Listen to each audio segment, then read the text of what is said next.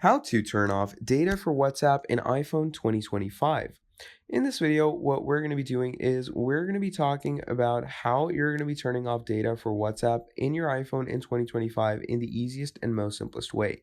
So to do this for yourself, what you're going to be doing is you're basically, first of all, going to go over to your WhatsApp. All right.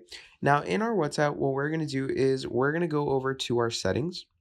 And once we're in our settings, what we're going to do is we're going to scroll down where it says storage and data. And once you come over here, you're going to go over to network usage.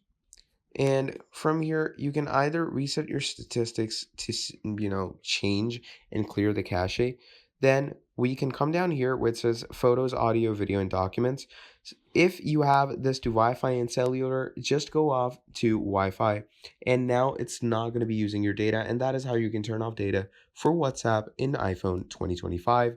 Thank you for watching this video all the way till the end, and I'll see all of you next time. Have a great day. Goodbye.